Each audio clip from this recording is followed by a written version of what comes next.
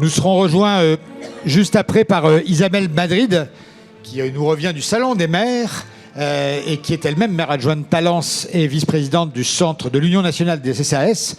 Je sais qu'il y a beaucoup de CCAS dans la salle, donc la parole d'Isabelle Madrid est attendue. Et Guillaume Richard, le président de WICARE, qui nous rejoint juste après, que j'ai posé quand même une ou deux questions à l'État. L'État, c'est lui. Et oui, enfin l'État, oui, c'est vrai que maintenant, la CNSA est une caisse de sécu. Donc ce n'est plus une agence de l'État. C'est une caisse de sécurité sociale, puisque c'est avec la 5e branche. Et puis Sébastien Vincini, on a eu tout à l'heure l'excellent président de la Mayenne, Olivier Richefou, qui est un habitué de nos assises. Sébastien Vincini, c'est la première fois que nous l'invitons, le département de Haute-Garonne, un département important. Et puis, cet été, lors d'un papier que vous avez peut-être vu dans Le Monde, une page entière sur la question justement du modèle économique des services à domicile, Sébastien Vincini s'était exprimé, avait même poussé un coup de gueule sur lequel on va revenir aussitôt après. Mais peut-être, Maëlys Le Baillon, d'abord, on a beaucoup parlé depuis ce matin, d'une certaine manière, avec Olivier Richefou, avec évidemment Jean-Benoît Dujol, avec la ministre, d'une certaine manière, puisqu'elle nous a fait comme un discours, on pensait qu'elle parlerait 5-10 minutes, elle a fait 20-25 minutes, elle avait vraiment, pour le coup, des choses à dire, je le dis au premier degré, c'était un discours assez dense. Et donc, on a besoin peut-être de savoir, à travers les travaux de la CNSA aujourd'hui, vous avez 3 ou 4, je le dis en les saluant, 3 ou 4 responsables de la CNSA en charge de l'aide à domicile qui sont dans cette salle depuis ce matin. Je les salue, je les ai rencontrés tout à l'heure. Donc la CNSA travaille, certes sur les EHPAD, mais aussi évidemment sur l'aide à domicile. Peut-être redire un mot du travail que mène la CNSA. On dira aussi un mot des équipes autonomes, on dira un mot du décret mobilité, de tous les éléments qui, d'une manière ou d'une autre, participent de cet équilibre économique des services à domicile. Donc peut-être un petit mot d'introduction sur ce que fait la CNSA sur ce sujet-là. Merci beaucoup Luc et bonjour à tous. Merci pour l'invitation. Ravi d'être à vos côtés pour évoquer ces sujets structurants. Alors, je vais essayer d'être plus court que la ministre et de tenir le défi qui m'est posé de montrer toute l'action de la CNSA. Peut-être dire qu'historiquement la CNSA sur ces sujets a accompagné les expérimentations, mais avait quand même un axe de financement qui était tourné vers les concours au département, dont la responsabilité de l'organisation du domicile était vraiment pleine et entière, et s'occupait davantage du financement des établissements et services médico-sociaux. Ça a changé en 2020. Entre 2020 et 2024, c'est 1 milliard d'euros que la CNSA met directement au profit du domicile. 0 avant, hors concours APA, PCH, 1 milliard. Donc il faut voir ce que ça représente. Alors vous connaissez ces dispositifs, c'est le financement du tarif plancher national, c'est la dotation complémentaire qualité, c'est les revalorisations salariales, et donc c'est l'ensemble de ce que nous menons aujourd'hui pour pouvoir participer à une forme d'équité de traitement des salariés de l'aide à domicile, quel que soit le territoire national, là où, vous le savez, collectivement, on avait des différences importantes. On a fait un petit calcul de coin de table. C'est 10 € de l'heure en plus grâce au soutien de la CNSA. En moyenne, dans certains territoires, ça peut être 15 à 18 € de l'heure en plus. Donc vous voyez ce que ça représente, cet investissement de la branche dans le domicile depuis quelques années. Luc m'invitait à parler du fonds mobilité, et c'est vrai que c'est une création récente, et j'ai les chiffres ce matin. On a 90 départements qui ont adhéré à ce fonds d'aide à la mobilité des aides à domicile. Donc on doit se féliciter, je remercie les présidents de département de s'être emparés du dispositif, parce que c'était un acte volontaire de leur part. Certes, la branche finance la totalité pour la première année 2025 de cette aide. C'était 75 millions d'euros. L'année prochaine, ça sera la moitié, s'ils souhaitent faire une tranche supplémentaire. Mais c'est aussi un moyen effectif d'accompagner concrètement les aides à domicile, notamment sur celles qui sont aujourd'hui dans des départements où les questions de mobilité, vous le savez, sont compliquées, et c'est un moyen d'atteindre les publics. Et puis peut-être parler des SIAD très rapidement, parce que les services de soins infirmiers à domicile font partie aussi du périmètre qui est financé par les agences régionales de santé et donc la CNSA. On a fait une réforme de la tarification importante ces dernières années pour permettre justement d'accompagner les publics les plus complexes avec des besoins différents, ce qui nous a permis de pouvoir réfléchir différemment à les modalités de financement. Et je pense qu'on va en parler, le sujet du financement des services d'aide à domicile est aussi un sujet qui doit nous interpeller en la matière. Dotation horaire, forfaitisation, qualité, comment est-ce qu'on s'organise, mais je ne veux pas préempter le débat. Très bien, merci pour cette introduction qui montre effectivement la place de la CNSA dans ce dispositif.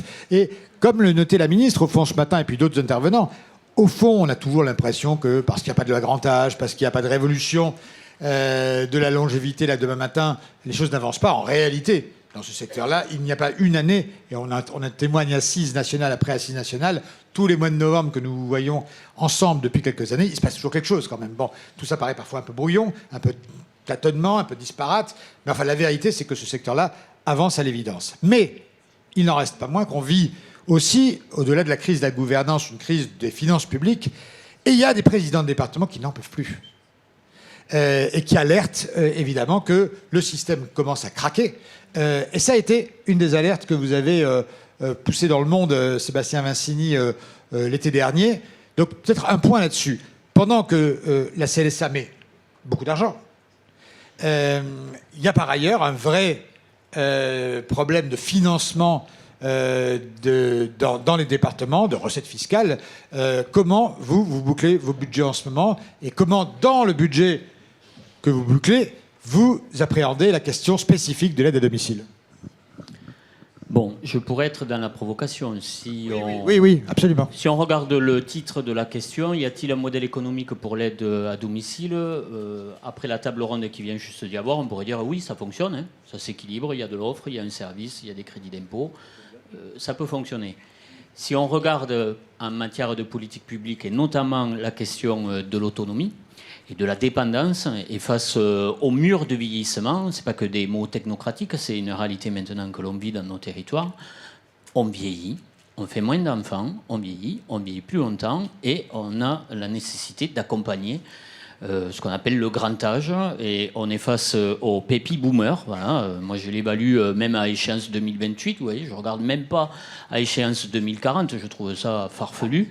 Je l'évalue au temps de mon mandat. D'ici 3 ans, je vais prendre 15% de plus en matière de seniors. C'est des dépenses en plus. Bon, pourquoi c'est des dépenses en plus? Parce qu'aujourd'hui, en vieillissant, on a besoin d'accompagnement, de soins. Alors, soit on va en établissement, soit on est dans le maintien à domicile. On parle du tournant domiciliaire. Est-ce qu'aujourd'hui, on a su le prendre? Oui, dans les mots, mais pas dans les faits. Et je ne crois pas que c'est à coup d'innovation et de rustine ou d'appel à projet. Il faut des politiques structurantes pour cela. Réforme de l'État, décentralisation et fiscalité qui va avec. Est-ce que je peux être caricatural? Bon, est-ce que le niveau en France de fiscalité et de prélèvement obligatoire est élevé, pas assez élevé par rapport aux politiques publiques? On peut considérer globalement qu'on est pas mal quand même, on est champion du monde. Je suis un homme de gauche, hein, donc je vais assumer ce que je dis. Est-ce que le niveau de dépenses publiques globalement est bien? Il est pas mal aussi. On n'est pas champion du monde, il y a les Japonais devant nous et les Autrichiens. Mais enfin, on est dans le top 3. Est-ce qu'en matière d'efficacité de nos services publics, et je vais en venir à l'autonomie, est-ce qu'on est au rendez-vous? Pardon, mais là, plus personne ne sait qui fait quoi. Beaucoup de gens disent on paie trop. Et ce qui est sûr, c'est que la qualité du service n'est plus là. Si on prend les plus simples, la santé, l'éducation, on est devenus des mauvais élèves de la classe. Et dans le choc du vieillissement, dans le mur de vieillissement, est-ce qu'on est au rendez-vous? Moi, je regarde les EHPAD publics, je regarde les services d'aide à domicile à but non lucratif, c'est-à-dire ceux qui sont tarifés, habilités à la tarification sociale, ceux qui vont en fait dans les zones rurales. Hein. Moi, Toulouse, la Haute-Garonne, c'est 153 services d'aide à domicile non habilités. C'est 35 habilités à tarification sociale. Si je regarde la moitié du département, la moitié des communes, c'est-à-dire quand on rentre dans le fameux Comminges, dans le sud du département et qu'on va dans les Pyrénées, la zone de montagne, là, il n'y a plus que les services habilités qui y vont, parce que c'est pas rentable, en fait. Sur Saint-Gaudens. Non, tu arrives après. On va y venir. Et je peux en parler longuement. J'aime bien la provocation, hein. Il va provoquer, mais sur la tribune tout à l'heure. La réalité, c'est que c'est difficile d'équilibrer. Il faut être juste. Le tarif socle, aujourd'hui, il est ce qu'il est. On peut dire qu'il faut l'augmenter, qu'il faudra aller plus loin dans la tarification habilitée, qu'il faudrait aller plus loin dans la prise en compte et laisser le moins possible de reste à charge, et trouver des modèles qui équilibrent le fait que quand on est aide-soignant et qu'il faut faire 3 villages, c'est-à-dire perdre 1h30 entre 2 personnes et 2 visites, c'est pas la même chose que quand on est dans une rue de Toulouse et qu'on fait dans le même immeuble. Le coût, finalement. On n'a pas encore mis les clés sur la voiture, qu'on est déjà plus rentable et que le tarif horaire de l'acte n'équilibre plus. Sauf que, comment on le finance? Et j'en viens à notre question. Et là, je dézoome. Aujourd'hui, le modèle de financement des départements, en 7 ans de réforme, a perdu complètement son autonomie fiscale. Au fond, on pourrait dire, la strate départementale est mise sous contractualisation de l'État. Vos recettes, il n'y a plus d'impôts locaux, c'est la TVA, bref, c'est des recettes qui viennent d'ailleurs et des dotations globales. Pourquoi pas, hein? Ça peut être mis sous tutelle. La difficulté, c'est que ça n'équilibre plus la réalité des dépenses. Depuis 2022, au global, tous les départements français ont vu leur augmentation de dépenses sociales de 6,5 milliards et leur contraction de recettes de 8 milliards. Forcément, il y a un effet ciseau. Je ne connais aucun modèle économique qui arrive à dire « je dépense plus et j'encaisse moins et j'arrive encore à équilibrer ». Ce n'est pas possible. Parce que nous, on n'emprunte pas pour équilibrer nos budgets. On est censé être à l'équilibre. Donc, ça dysfonctionne. Quand au service habilité à tarification sociale, on met des tarifications à zéro. Les établissements, les EHPAD, on les met à zéro. C'est-à-dire on ne fait pas d'évolution, on ne tient pas compte ni de l'inflation, ni de la prise en compte des primes Ségur, des revalorisations salariales, etc., etc. Forcément, ça craque. Il y a quelqu'un au bout qui n'arrive plus à équilibrer sa chaîne. Aujourd'hui, les départements français sont exsangues. C'est comme ça. Hein, aujourd'hui, on n'y arrive plus, c'est-à-dire on n'équilibre plus le budget. Le cas le plus extrême, c'est la Gironde. Ce matin, hier, a été publié le rapport de la CRC. Ils sont en ce qu'on appelle, de manière pudique, conduite accompagnée. Ça s'appelle une mise sous tutelle. 100 millions de déficit. Ça ne s'équilibre plus. Voilà, c'est comme ça. Et alors, il y a toujours des bons penseurs dans l'administration centrale. Ils ont qu'à se recentrer sur leur politique obligatoire, la belle heure. La belle affaire, ça fait déjà 1 an qu'ils ne sont plus que sur leur politique obligatoire, c'est-à-dire il n'y a plus d'aide à la culture, plus d'aide au sport, plus d'investissement, ils sont que sur le champ sécuritaire, en gros il faut encore réparer les routes, tant mieux, les ouvrages d'art, tant mieux, faire en sorte que les collèges ne s'effondrent pas, tant mieux, mais c'est limité à ça. Je caricature, mais lisez le rapport de la CRC, c'est assez édifiant. C'est-à-dire maintenant on en revient, là, les préconisations, c'est réduire les plans d'aide. Moi, je ne sais pas comment on dit à une personne qui est bénéficiaire de la PCH et de l'APA, vous avez droit à tant d'heures suite à une évaluation. Les évaluations, elles sont faites pluridisciplinaires, il y a des avis médicaux. On dit, vous êtes dépendant, vous avez droit à 6 heures, vous allez passer à 3. Comment ça va être reçu et perçu? Donc, moi, je dis qu'il faut un Big Bang, à un moment donné, de ce modèle de financement de l'autonomie. Parce que dans les préjugés, on dit l'action sociale, la dépense sociale, elle coûte trop cher à notre pays. On croit souvent que c'est le RSA qui est la plus grosse dépense des départements, la plus grosse dépense sociale. Mais c'est faux. La plus grande dépense des départements français, c'est l'autonomie en 1. En 2, c'est la protection de l'enfance. En 3, c'est le RSA. Et en coût journalier, c'est l'autonomie champion. Mais n'est plus financée. Hein, elle n'est plus financée. Je vais même dire l'absurde. Aujourd'hui, elle est financée par de la TVA et une part des frais de notaire, ce qu'on appelle les droits de mutation. C'est assez absurde qu'elle ne soit pas financée par de la contribution sociale ou de la cotisation sociale, en ayant un débat public sur le niveau de protection et de service qu'on veut pour nos aînés. Je crois qu'on le leur doit. Je crois qu'on doit à nos aînés qui ont travaillé, qui ont eu une retraite, d'être pris en compte sur leur vieillissement et leur perte d'autonomie. C'est le vrai sujet. Et je trouve qu'aujourd'hui, on ne le pose pas en tant que tel. Comment on va financer et comment on va mettre en œuvre ensuite, parce qu'on peut parler des outils, de services unifiés à l'autonomie, de services départementaux. Moi, je porte beaucoup cette question. Je le lance dans les prochains jours. On installe le comité de pilotage, on va lancer un service départemental de l'autonomie pour unifier une réponse et essayer d'apporter les bonnes réponses complémentaires, encore une fois. Moi, je ne crois pas au service public qui doit tout régler.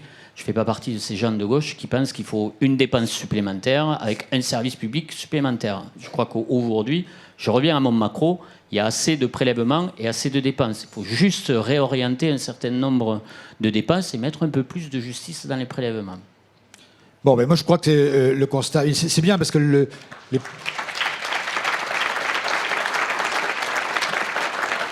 voilà, comme quoi un langage de vérité peut être applaudi. Non, parce qu'on a eu, et c'est pas que dans la Haute-Garonne, il y a eu la Meurthe-et-Moselle, il y a eu d'autres départements qui ont annoncé qu'ils coupaient maintenant un certain nombre de dépenses, de portage de repas, de choses comme ça. Bon, donc on arrive, et c'est bien de manière extrêmement pédagogique de comprendre ce à quoi est confronté et les raisons objectives et fiscales pour lesquelles un président de département est aujourd'hui confronté à cette disette budgétaire. On va y revenir peut-être avec les solutions d'ailleurs qu'a esquissé il y a quelques jours à peine. On n'a pas eu le temps du coup d'y revenir le Premier ministre, mais un point quand même. Donc ce n'est pas l'État, c'est la Sécu, c'est la CNSA, 1 milliard de plus. Et en face de vous, vous avez pas seulement le président Richefou, le président Vincini, mais tous les autres présidents de département qui, à la CNSA, vous expliquent que ils n'en peuvent pas non plus. Et quel dialogue vous avez avec eux? Un dialogue construit, puisque les présidents de département sont membres de la gouvernance de la CNSA et sont au quotidien. Et je pense qu'on partage la CNSA et la branche autonomie sont en déficit cette année aussi, moins 600 millions d'euros pour cette année, avec une projection à 1,3 voire 1,7 milliard. Peut-être davantage si le PLFSS passe en l'état. Donc la question qu'évoque aujourd'hui le président Vincini, c'est la question des recettes affectées à cette dépense d'autonomie. D'autres branches de sécurité sociale qui sont excédentaires. Le gouvernement a esquissé le fait de réaffecter une partie des recettes de certaines branches à la branche autonomie. Ça peut être un sujet. Ensuite, il y a la question un peu totémique, on va l'appeler comme ça, de la compensation par la branche des dépenses d'APA, de prestations de compensation du handicap, à 50%. Le dialogue que j'ai avec chacun d'entre vous, puisque je pense que j'ai vu à peu près tous les présidents ou vice-présidents de département depuis un an, c'est celui de se dire, mais il vous restera quand même 50%. Et avec les DMTO, le président l'a dit, vous n'arriverez pas à couvrir ces 50%. Parce qu'aujourd'hui, il faut qu'on ait tous conscience qu'on est dans le plateau pour les personnes âgées. On est au moment de la génération 39-45 qui arrive en perte d'autonomie. Ce n'est pas la génération la plus nombreuse en France. Et devant nous, on a le pic évoqué tout à l'heure des baby-boomers. Et donc c'est au minimum plus 30% dans certaines communes, ça va être beaucoup plus dans certains territoires. Ce plateau-là fait que les 50% qui resteraient à la charge des départements après compensation par la branche seraient toujours insupportables. Et donc le sujet, le président l'a dit, c'est un sujet de capacité en termes de recettes. Alors à partir de ce moment-là, je trace les scénarios, je ne prends pas parti parce que ce n'est pas mon rôle. Il y a un scénario qui est celui de la Cour des comptes, qui est de dire prestations de sécurité sociale, peu de capacité des départements et peu de volonté, d'ailleurs, le président le disait, de pouvoir influencer l'évaluation, puisque c'est un droit objectif, évalué, pluridisciplinaire, autonome. Pourquoi est-ce que les départements, face à une dépense dont ils ne pilotent ni l'évaluation, ni les caractéristiques démographiques, auraient à la charge d'assumer un financement? Les autres prestations de sécurité sociale sont financées à 100% par la sécurité sociale. Donc, option 1, la branche de sécurité sociale finance à 100% un socle, charge ensuite à chaque département qui veut faire plus, différemment, de compléter. Option 2, on fait ce deal à 50%, mais encore faut-il donner les voies et les moyens aux départements d'absorber les 50% qui restent, et ça suppose de changer la façon dont la fiscalité est affectée. CSG ou pas CSG, mes amis de la sécurité sociale vous diraient que c'est une aberration d'affecter de la CSG au département. En tout cas, ce qui est vrai, c'est qu'aujourd'hui, la CSG finance déjà les départements, puisque 90% des recettes de la branche autonomie, c'est de la CSG, et la CSG est reversée par les concours de la CNSA au département. Donc la réalité, c'est celle-ci, c'est que les CSG indirectement financent déjà les départements. Oui, alors on n'en a pas parlé depuis ce matin, et peut-être tout le monde n'est pas au courant, mais vendredi, au Congrès des départements de France, le Premier ministre, Sébastien Lecornu, a fait un discours avec... on n'a plus l'argent pour... C'est du piratage. C'est le 50-50. Dans le cadre des économies d'énergie, les départements nous ont coupé l'administration centrale, l'électricité. Voilà. Donc, quand les départements voudront bien remettre la lumière, bon, en attendant, le son marche. Merci, la Sécu. Bon. Oui, le Premier ministre, donc, je disais, au Congrès des départements de France, a fait des annonces. Je ne vous cacherai pas que même les ministres n'étaient même pas au courant des annonces qu'ils allaient faire. Charlotte Parmentier, mais vous ne le répéterez pas, me l'a reconfirmé ce matin. Donc, tout le monde est tombé les nues, pour être très clair, des présidents de département jusqu'au ministre du gouvernement. Sébastien Lecornu a proposé toute une série de choses, dont notamment l'affectation d'une part de CSG au financement des départements. Ce qui, comme le disait Maëlys Le Baillon, est une hérésie en termes de financement public. Jusqu'à maintenant, la CSG, c'est la Sécu. Certainement pas pour financer les collectivités locales. Mais d'une certaine manière, indirectement, c'est déjà ce qui se passe. Et il se trouve que nous avons un reporter qui était en direct sur place, Sébastien Vincini de Toulouse. Vous êtes allé jusqu'à Albi, en jet. Et vous avez assisté au discours assez étonnant, assez disruptif du Premier ministre. Moi, je plaide pour un transfert, très clairement, de la CSG et une décentralisation réelle sur ces politiques-là. Mais elles peuvent se faire de manière contractualisée sur des référentiels nationaux et sur des engagements et des objectifs liés à une politique nationale qui est fixée, une feuille de route. Mais aujourd'hui, s'entendre dire que c'est décidé en haut, il y a du transfert de dépenses et des impacts qui ne sont pas compensés ni au centime près. C'est même pas 50-50, c'est au centime près. Je donne l'extension de l'accompagnement handicap à la parentalité, qui est une chose noble, c'est-à-dire on accompagne aussi, on aide aussi les aidants, les parents qui ont un enfant en situation de handicap. On est aussi sur le champ de l'autonomie. Cette extension, mais qui n'est pas compensée au moindre centime, qui est impactée, qui est transférée à la totalité au département en termes de dépenses sociales, qui dans le même pas de temps, on nous dit, vous devez maîtriser vos dépenses, et dans le même pas de temps, on nous dit, vous devez contribuer à l'effort de redressement des finances nationales, et on nous impose un rétrécissement et un écrêtement de nos recettes et un rétrécissement obligatoire de nos dépenses. C'est schizophrène, c'est gaguesque presque même. C'est-à-dire que la personne qui nous dit « vous devez dépenser plus » nous dit dans le même pas de temps « vous devez dépenser moins ». Moi, on avoue que c'est assez schizophrène. Donc, que l'on aille jusqu'au bout de la réflexion de la réforme de l'État. De quoi on est en train de parler là? On est en train de parler de gens qui se coordonnent entre eux pour savoir comment, in fine, on arrive à dépenser de l'argent qu'on n'a pas. C'est ubuesque ce dont on est en train de discuter. Il faut partir du service public, de ce qu'on doit faire auprès des gens, et comment ensuite on remonte, où est le bon niveau de responsabilité et de partage. Moi, je crois que pour financer du maintien à domicile, qui est dans le cadre, et je me restreins à celui-là, de la perte d'autonomie, c'est-à-dire c'est une dépense dite de solidarité, qu'elle soit financée par une part de cotisation ou de contribution sociale, c'est légitime. Et ça doit être sur le niveau des actifs comme sur le niveau des retraités. Là, j'ose aussi ce tabou. Je serais pour une part de transfert de CSG, mais aussi de la CASA, qui est une forme de CSG prélevée sur les cotisations de retraite. Transférée directement au département. Mais avec une affectation à 100%, c'est pas pour financer des routes ou des chrysanthèmes ou des devants de porte ou des médiathèques ou etc.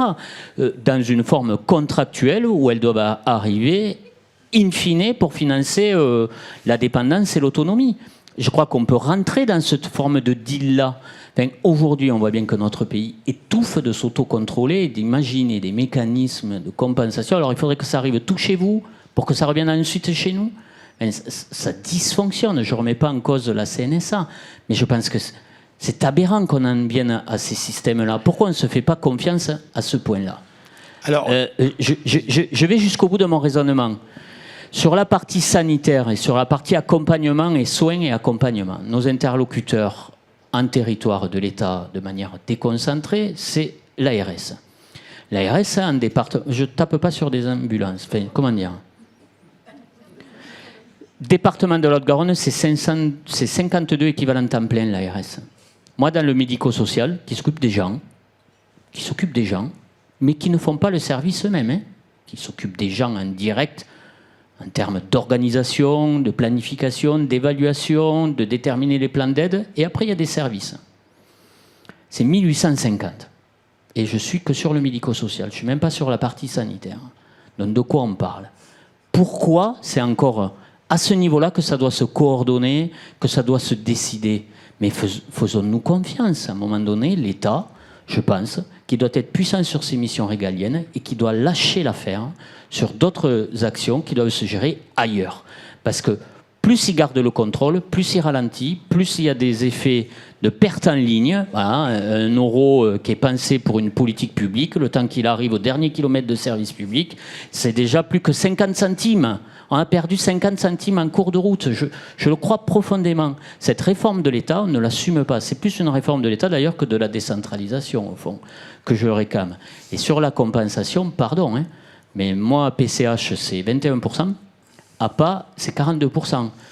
Les 50-50, moi, je ne l'attends plus. Et je trouve courageux ce qu'a fait Sébastien Lecornu. Elisabeth Borne était venue il y a 3 ans devant les départements français en disant « c'est vrai qu'il arrive un mur. C'est vrai que bientôt, vous êtes en danger financier. » La CRC ne le disait pas trop, mais la DGCL et la DGFiP commençaient à dire « il se passe quelque chose vis-à-vis des départements, ils se fragilisent financièrement. » La CRC, depuis, documente, c'est documenté, c'est pas nous qui le disons, c'est les services même de l'État qui disent c'est fragile. Elle avait annoncé la trajectoire d'ici 2025, 55 ans de compensation. On pensait, nous, rassurés, on avait téléphoné au chef d'établissement, aux responsables de branche, service d'aide à domicile, EHPAD, etc. Vous inquiétez pas, on va être compensé à 50%, on va pouvoir, d'ici 3 ans, vous aider. Bon, depuis, c'est catastrophique. C'est-à-dire, moi, quand elle a annoncé 50%, PCH, par exemple, était compensé à 24%. Depuis, j'ai perdu 3% de compensation. Donc, ça dysfonctionne. On va, tout ça est extrêmement clair et pédagogique pour les professionnels qui sont ici, qui le vivent parfois dans leur département et qui voient ce qui se passe à la tête d'un département aussi important que la Haute-Garonne. Je vais appeler Isabelle Madrid, vice-présidente des centres communaux d'action sociale, et Guillaume Richard, qui était tellement impatient de débattre qu'il a dû le faire de son premier rang, PDG de WeCare, avec la petite musique qui va avec. Bon, alors, on va commencer peut-être, puisqu'il trépignait tout à l'heure là à vouloir nous expliquer qu'il avait un WeCare à Saint-Gaudens. Non, à Comminges, dans le Pit de Comminges. Et ça marche super bien, c'est une de nos meilleures agences. Peut-être une première prise de parole, Guillaume, sur le modèle économique en général, et puis peut-être effectivement le fait que, puisque toi tu diriges un groupe privé, voilà, le président Vincini disait d'une certaine manière que ce sont les services publics, comme les CCAS, qui irriguent les territoires les moins avantagés, et que vous allez un peu là où la clientèle est plus solvable. Alors, la clientèle est solvable un peu partout en France. Et nous, très clairement, aujourd'hui, on a sur l'enseigne O2 plus de 600 agences, sur l'enseigne APEF 160 agences, et on est vraiment quasiment sur l'intégralité du territoire. Et on a absolument, et l'agence de Comminges, qui fait d'ailleurs partie de nos 10 meilleures agences sur 600, l'année dernière a été au séminaire performance, justement, qu'on organise, qui récompense les meilleurs performeurs. Donc, en très grande ruralité, on arrive parfaitement à avoir un modèle économique équilibré qui fonctionne. Mais aujourd'hui, en fait, on a des choses contre lesquelles on lutte qui changent fondamentalement les modèles économiques dans l'ensemble du secteur. Et je vais prendre juste un exemple qui, je trouve, est terrible et illustratif des difficultés que l'on a et des coûts que l'on doit supporter tous ensemble. Jusqu'à avant cet été, les évaluations externes avaient une durée de 1,5 jours. Et puis cet été est apparue une mesure. Si quelqu'un est capable de m'expliquer pourquoi elle a été prise, je suis preneur. Qui porte cette durée d'évaluation de 1,5 à 2 jours. Alors on peut se dire, ok, c'est juste 0,5 jours de plus. C'est juste 0,5 jours de plus. C'est un tiers de plus. C'est-à-dire que c'est un tiers de coût de plus. Or, on sait tous, dans cette salle, qu'au bout de 2 heures, quand on arrive dans une agence, on a repéré si ça déconne ou si ça déconne pas. Au bout de 4 heures, on sait vraiment pas mal les choses. Au bout d'une journée, on sait parfaitement ce qui se passe. Au bout d'une journée et demie, on a un niveau de perception qui est vraiment incroyable. Qu'est-ce que va rajouter une demi-journée de plus ? 20 millions d'euros de coûts. 20 millions d'euros de coûts. 20 millions d'euros de coûts. Voilà. Voilà ce que ça fait pour nous et pour nos équipes. Il y a 10 ans, mes équipes, elles passaient 10% de leur temps à faire de l'administratif. Aujourd'hui, elles passent plus de 40% de leur temps à faire de l'administratif. J'ai des gens qui disent c'est pas ce pourquoi j'ai fait c'est pas ce pourquoi j'ai choisi ce métier. Moi, j'ai choisi ce métier parce que j'aime les gens.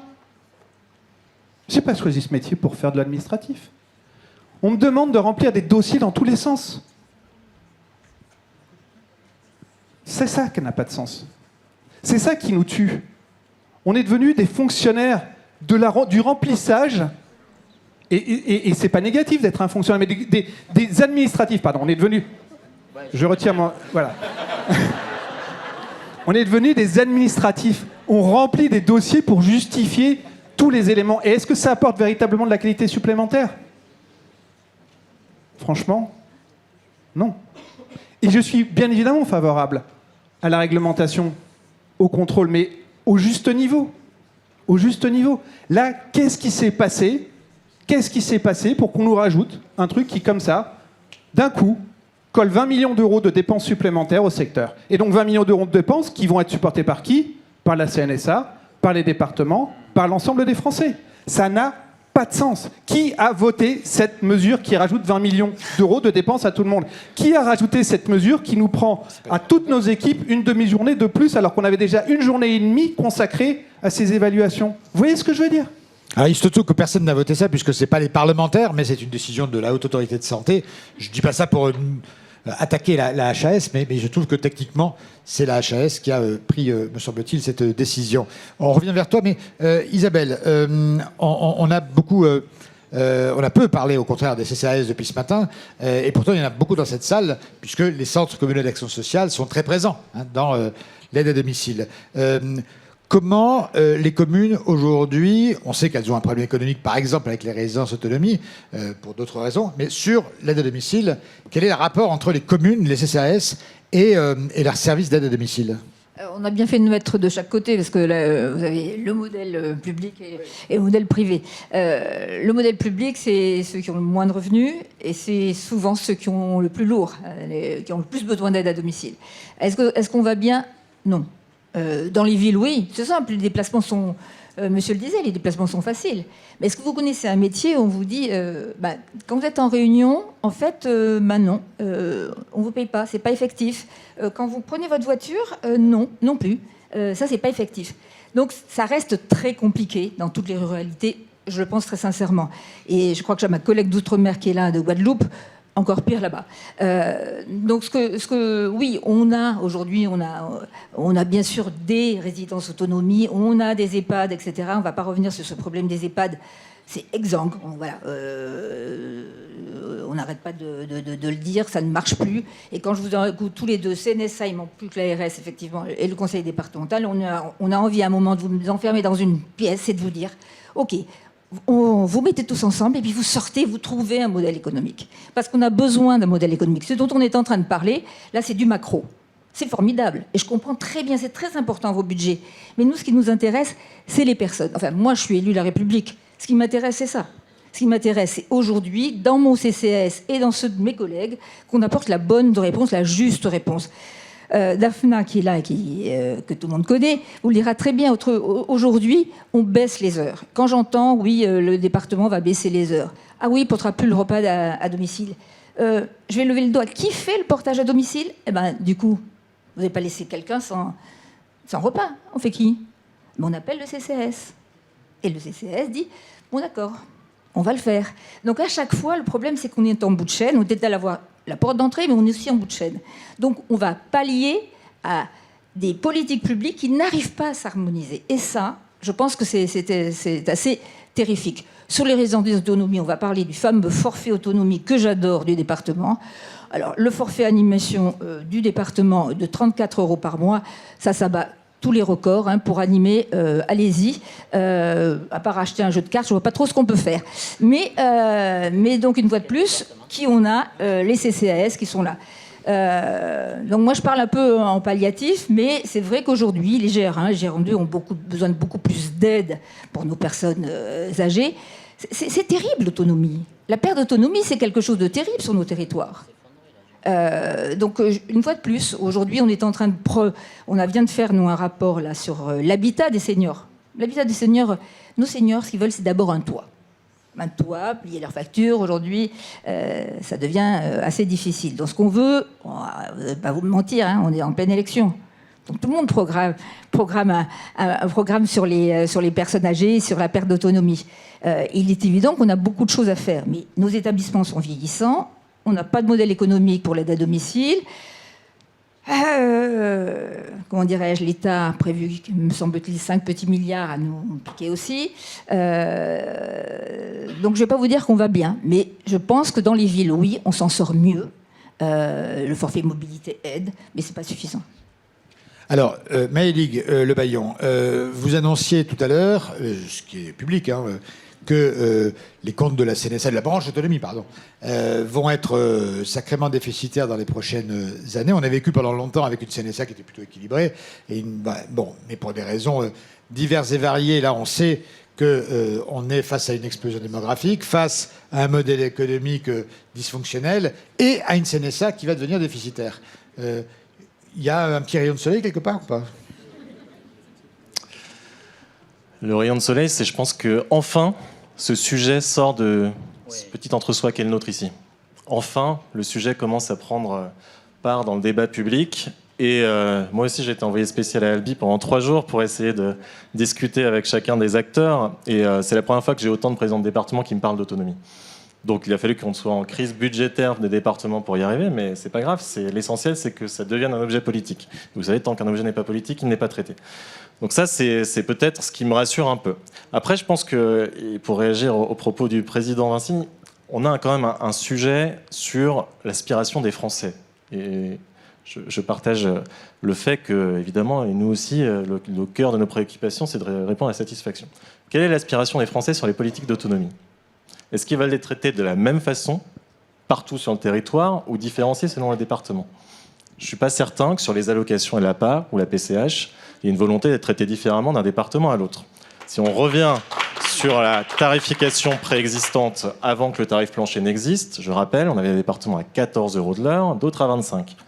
Donc quand on parle de déconcentrer, voire de décentraliser l'intégralité des moyens d'une branche, très bien, vous parlez d'un contrat d'engagement, mais quel est l'engagement qu'on prend pour que les Français se retrouvent dans cette aspiration à l'égalité et garantissent qu'on ne va pas faire une mobilité à 75 ans parce que d'un côté on sera bien pris en charge et de l'autre moins bien. Ça, je pense que c'est vraiment ça qu'on doit avoir. Après, sur la planification territoriale, sur les modèles économiques et sur tous les sujets. Il y a un tabou, il y a un non-dit dans notre débat depuis tout à l'heure, c'est le reste à charge des usagers. On n'en parle pas.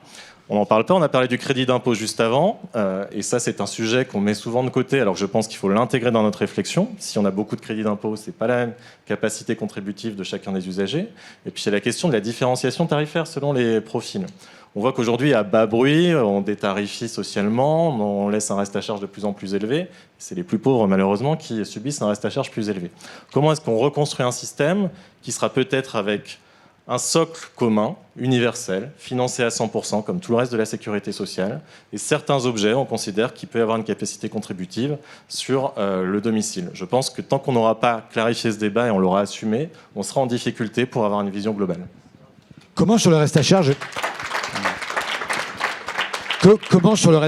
Guillaume, tu vois, puisque tu as 600 agences, tu le disais, donc forcément des publics extrêmement disparates, probablement plus disparates que le public des CCAS, on y reviendra. Comment tu juges aujourd'hui cette question du reste à charge ? Est-ce qu'elle t'apparaît, et elle apparaît aujourd'hui beaucoup plus prégnante qu'il y a quelques années ou pas ? J'ai une réponse à plusieurs niveaux. J'ai une réponse en tant que citoyen et contribuable et j'ai une réponse en tant que professionnel. En tant que citoyen et contribuable, je constate que 70% du patrimoine des Français est détenu par les plus de 70 ans, qui souvent mettent de l'argent de côté pour leurs vieux jours. Ils mettent de l'argent de côté pour leurs vieux jours. Mais après, ils ont des difficultés à le mobiliser et à l'utiliser pour justement améliorer leur qualité de vie quand ils sont plus âgés. Et donc, il y a des systèmes qu'il faut peut-être favoriser, accompagner, pour permettre notamment de rendre tangible, de rendre sous forme d'argent du patrimoine qui aurait été constitué, qui est par exemple celui des maisons. Alors il y a du viager qui existe, il y a des systèmes hypothécaires et de prêts hypothécaires qui peuvent exister aujourd'hui et qui se développent, parce que je ne pense pas que, enfin c'est une certitude, on ne peut pas tout attendre de l'État. Ce n'est pas l'État qui va gérer tout. Que l'État gère la solidarité avec les plus faibles, C'est une nécessité absolue. On est un pays où la solidarité est quelque chose qui est absolument essentiel. Et moi, je suis extrêmement attaché, en tant que citoyen, en tant que contribuable, à cette solidarité. Mais pour autant, il y a un moment, on ne peut pas tout attendre de l'État, et il faut aussi organiser, et Frédéric Brizard, qui est un chercheur, avait des propositions intéressantes sur des parties assurantielles qui pourraient être faites à titre personnel. Et puis, au-delà, on comprend tous qu'aider une personne qui est dans la pauvreté à pouvoir continuer à avoir de l'autonomie et l'accompagner, c'est nécessaire et c'est de la solidarité.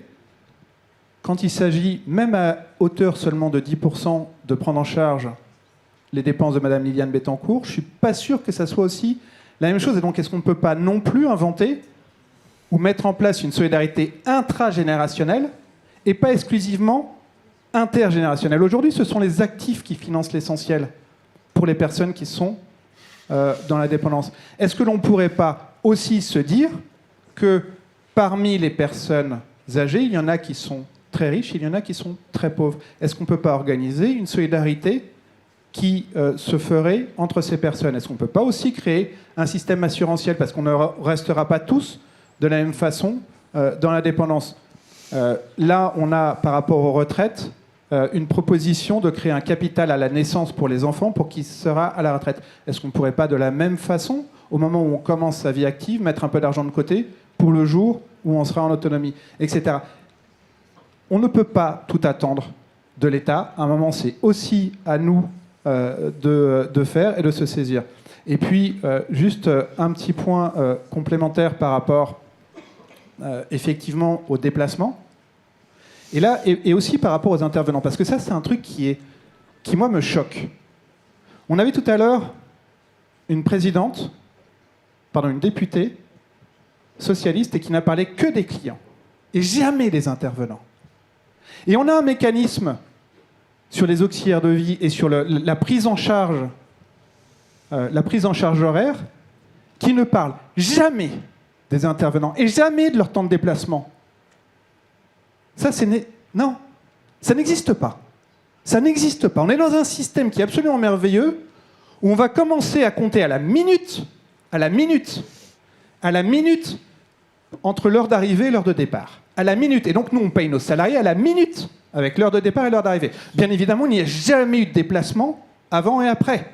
Parce qu'on est dans le système de ma sorcière bien-aimée, paf, un petit claquement de doigts, et voilà, je me suis déplacé.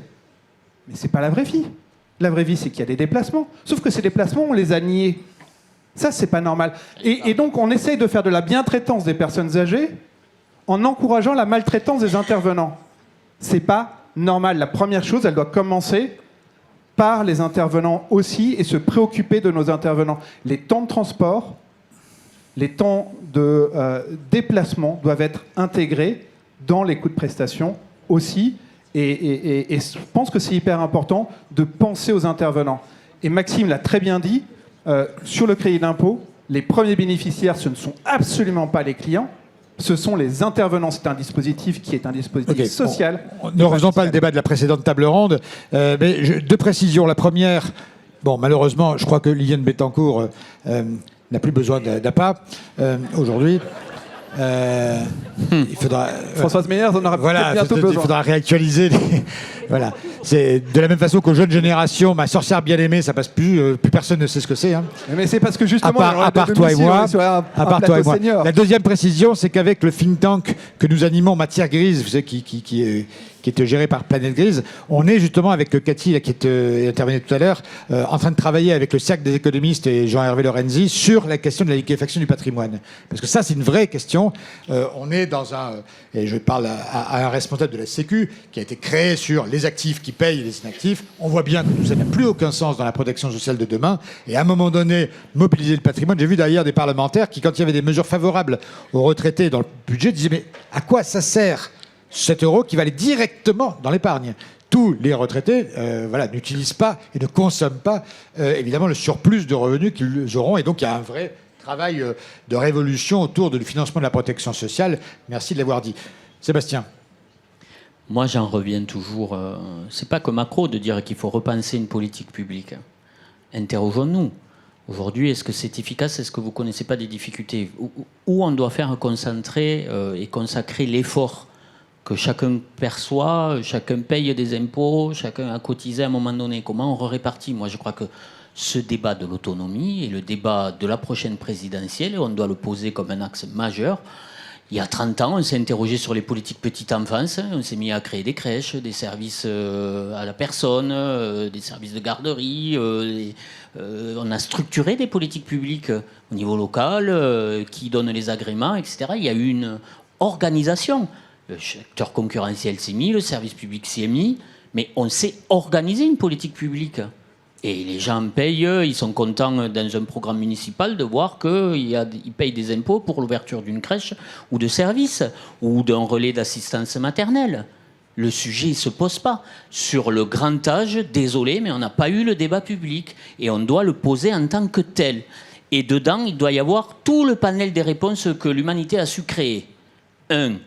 D'abord, une politique publique. À quel niveau? Moi, je reste persuadé qu'elle doit se faire au niveau départemental. Je suis désolé, je crois qu'il faut savoir décentraliser. Vous savez, chaque chef d'entreprise manage sa politique salariale. Mais jusqu'à preuve du contraire, le SMIC, il n'y en a pas un dans votre entreprise, il n'y en a pas un ailleurs, etc. Il est fixé par le législateur et en haut. Je crois que ça peut être partout pareil. Pour la prestation sociale, il doit y avoir un socle, c'est-à-dire chaque citoyen, quel que soit le territoire, doit être égal devant un droit. Donc il y a un tarif socle, après il y a des politiques plus ou moins volontaristes. C'est un peu comme ça. Sinon, il faut tout recentraliser. Il n'y a plus que l'État qui décide.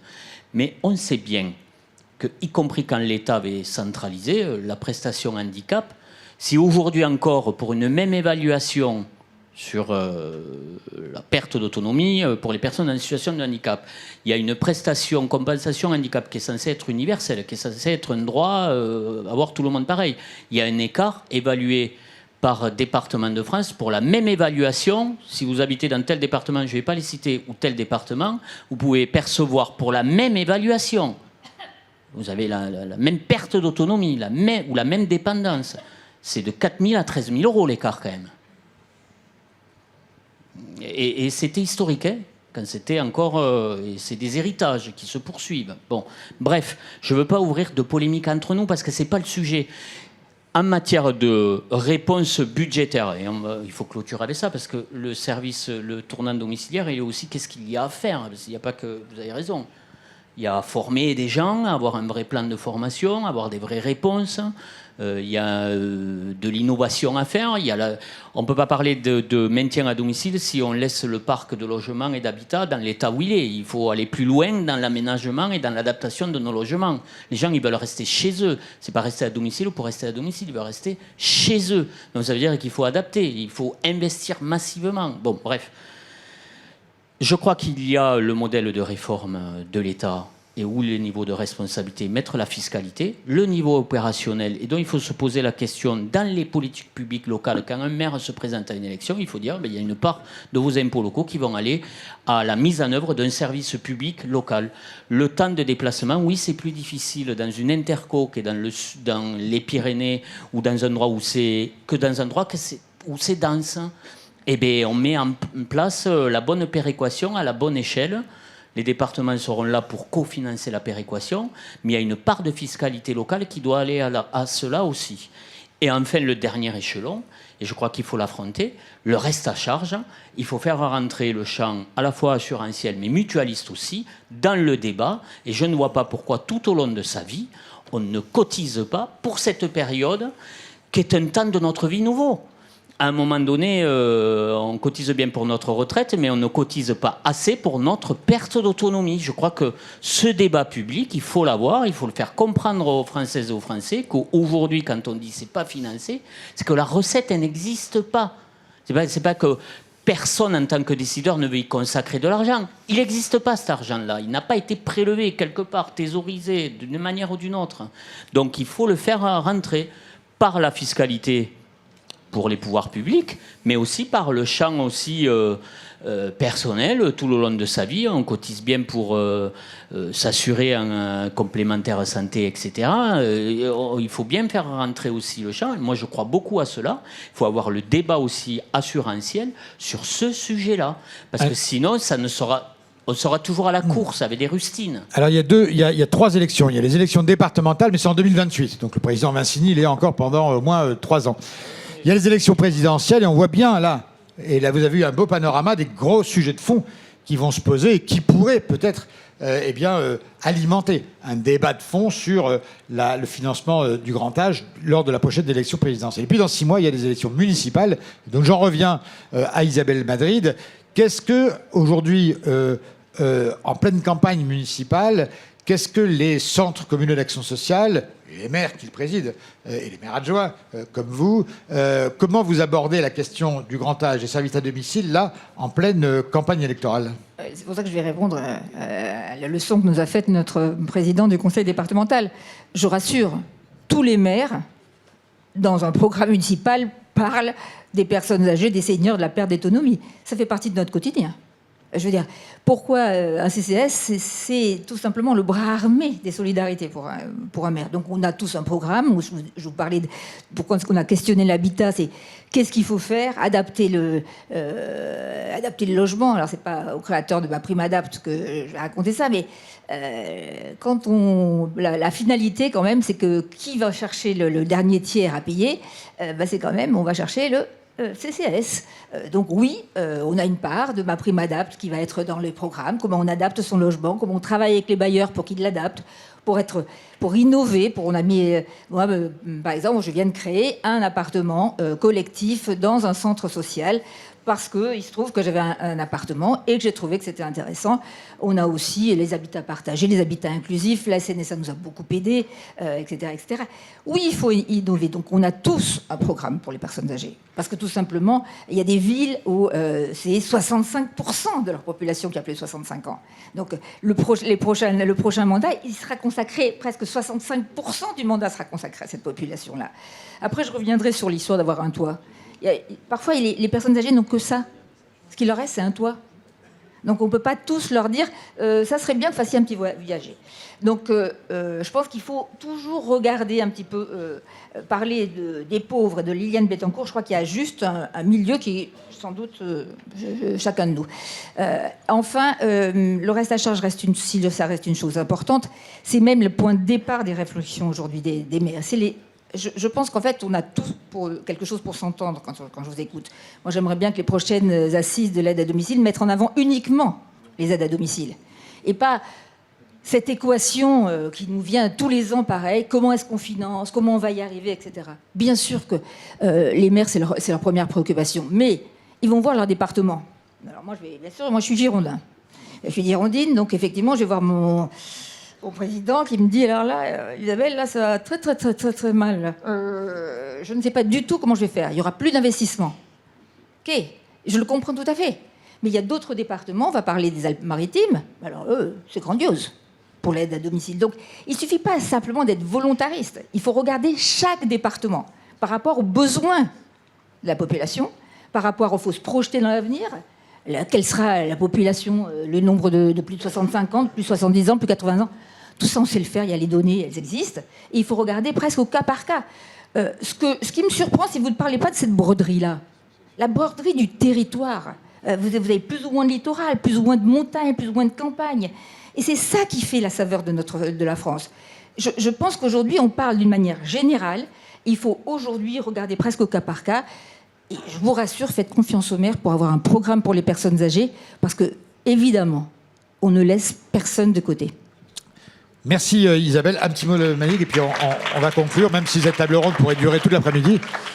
Pour revenir sur les professionnels et la diversité de ces situations financières, juste un petit mémo à tous. On lance une étude nationale de coûts. Oui.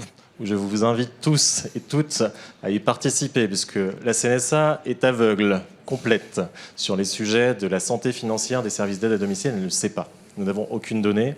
Alors les tableaux de bord que vous remplissez désormais, merci beaucoup, commencent à se remplir et vont nous permettre d'avoir un peu plus d'informations. Mais cette étude nationale de coûts est fondamentale pour nous, parce qu'elle va nous permettre de territorialiser les coûts, de ne pas faire simplement comme si tout était uniforme sur l'ensemble des territoires, et d'outiller la CNSA, les départements, pour qu'ils puissent ensuite avoir une vision différente. Donc merci à tous de cette participation. Eh ben, j'espère qu'ils seront extrêmement utiles parce que ça prend extrêmement beaucoup de temps, d'énergie et de sous pour le faire. Hein. On va négocier avec la Haute Autorité de Santé qu'elle retire la demi-journée. On va la mettre sur l'étude de coûts. Demi-journée pour en faire ces tableaux de bord. Je pense que tout le monde le sait. Merci à tous à ces intervenants. C'était vraiment une table ronde passionnante. En tout cas, moi, j'ai bien aimé. Je ne sais pas si vous l'avez aimé. Merci à Sébastien Vincini, qui est notre invité pour la première fois dans ces assises et qui est confronté aux difficultés qu'il a bien traduites devant vous toutes.